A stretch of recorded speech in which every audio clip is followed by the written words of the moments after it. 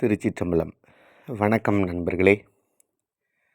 ஒரு முதியவரும் ஒரு சிறுவனும் பேசிக்கிட்டாங்க.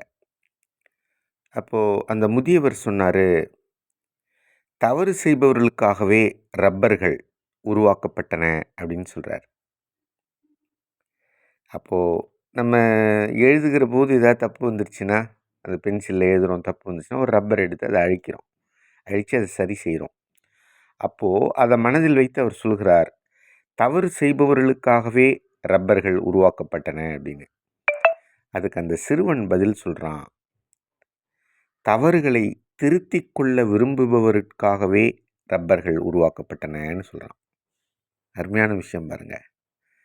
என்ன சொல்கிறான் பாருங்க, தவறுகளை திருத்தி கொள்ள விரும்புபவர்களுக்காகவே ரப்பர்கள் உருவாக்கப்பட்டனன்னு சொல்கிறான். அவர் என்ன சொல்கிறாரு, தவறு செய்பவர்களுக்காகவே ரப்பர்கள் உருவாக்கப்பட்டனங்கிறாரு. இவன் சொல்கிறான், தவறுகளை திருத்தி கொள்ள விரும்புபவர்களுக்காகவே ரப்பர்கள் உருவாக்கப்பட்டன அப்படின்னு. இவ்வளோ அருமையான உரையாடல் பாருங்கள். ஒரே விஷயந்தான், ஆனால் அதை ரெண்டு பேர் எப்படி பார்க்குறாங்கங்கிறத பொறுத்து தான் இந்த உலகத்தினுடைய எல்லா விஷயங்களுமே மாறுகிறது. புத்தர் சொல்கிறாரு, இந்த உலகத்தில் எவ்வளோ பெரிய பிரச்சனையாக இருந்தாலும் அது ஒரு 10% தான். உயிரே போகிற பிரச்சனையாக இருந்தால் கூட அது ஒரு 10% தான். ஆக்ஷன், அதுக்கு பேர் ஆக்ஷன். எந்த பிரச்சனையாக இருந்தாலும் அது ஒரு 10% தான். ஆனால் அதை நீங்கள் எப்படி ரியாக்ட் பண்ணுறீங்க, அதுக்கு நீங்கள் எப்படி நீங்கள் அதை எதிர்கொள்கிறீர்கள் என்பதை பொறுத்து தான் 90% அந்த பிரச்சனையினுடைய முடிவு இருக்கிறதுங்கிறார். இப்போ யார் எப்படி பார்க்கிறார்கள் என்பதை பொறுத்து தான் இருக்கிறது. இந்த உரையாடல் மிக அருமையான ஒரு விஷயத்தை சொல்கிறது. இந்த உலகத்தில் 2 விதமான மனிதர்கள் இருக்கிறாங்க.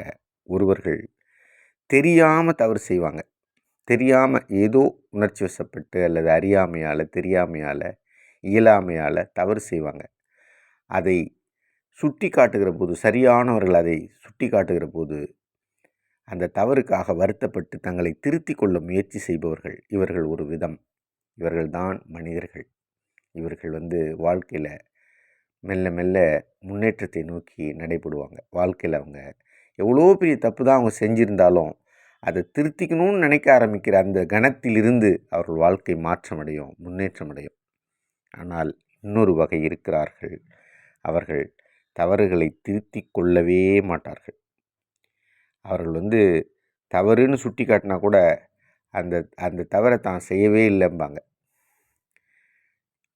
நான் செஞ்சேன், அது நான் தப்பு ஒன்றும் செய்யலை, நான் செஞ்சேன், அது தப்பாக போயிடுச்சு, அதுக்கு நான் பொறுப்பு இல்லை என்று வாதிடக்கூடியவர்கள். தான் செய்கிற தவறுகளுக்கு எல்லாத்துக்கும் ஒரு காரணம் கற்பிச்சுக்கிட்டே இருப்பாங்க. அது மட்டுமல்ல, தன் மேலே தவறே இல்லை என்று அந்த பழியை பிறர் மீது போட்டுக்கிட்டே இருப்பாங்க. தான் செஞ்சது தப்பு கிடையாது என்று சாதித்து கொண்டே இருப்பாங்க. இவங்க சிறு வயதிலேருந்தே இப்படி தான் இருப்பாங்க. மிகப்பெரிய சுயநலவாதிகளாக இருப்பாங்க. அடுத்தவர்கள் மீது பழி போட்டுக்கொண்டு தன்னை தப்பித்துக் கொள்பவர்களாக இருப்பாங்க.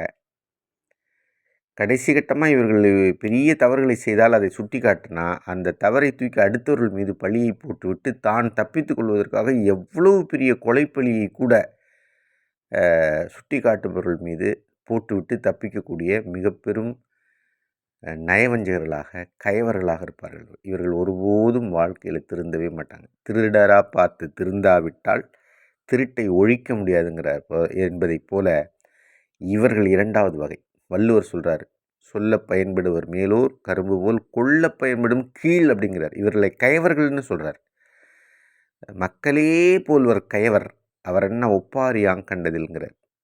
கயவன் எப்படி இருப்பான் அப்படின்னா, அவன் மனுஷனை மாதிரியே 2 கை 2 கால், கண், மூக்கு எல்லாம் இருக்கும். ஆனால் அவன் மனுஷனே கிடையாது, அவன் கயவன் அப்படின்னு சொல்கிறார். மனுஷ லிஸ்ட்லேயே வச்சுக்கூடாது அவனுங்கிறார். யோசிக்க வேண்டி இருக்கிறது. யோசிப்போம்.